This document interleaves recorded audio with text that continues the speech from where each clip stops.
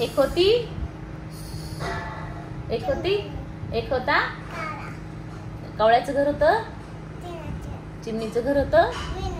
मग एक दिवस काय झाला, मोठा पावसामध्ये कावळ्याचं घर. मग कावळे दादा रडत रडत चिवताईच्या दारात आला आणि म्हणाला, चिवताई चिवताई. चिवताई काय म्हणाले, थांब माझ्या बाळाला.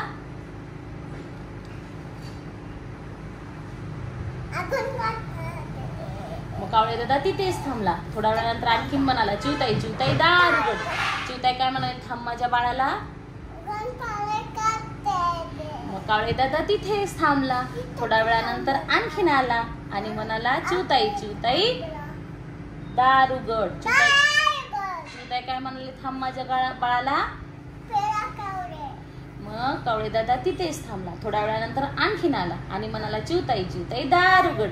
चिवताई काय म्हणाले, थांब माझ्या बाळाला. मग कावळे दादा तिथेच थांबला. थोड्या वेळानंतर कावळ्या दादाने म्हणाला, चिवताई चिवताई दार उघड. चिवताईने दार उघडले आणि म्हणाली, कावळे दादा तू इथेच थांब, मी माझं बाळ झोपलंय का ते पाहून येते. मग कावळे दादा काय करतो, न विचारता चिवताईचे फुटाणे आणि हरभरे खातो. मग चिवताई हळूच पाहते आणि चिवताई काय करते, विचारते, काय रे कावळे दादा काय करतो. कावळे दादा खोटं सांगतो ना, की चिवताई मी तुझे चणे आणि फुटाणे खातो.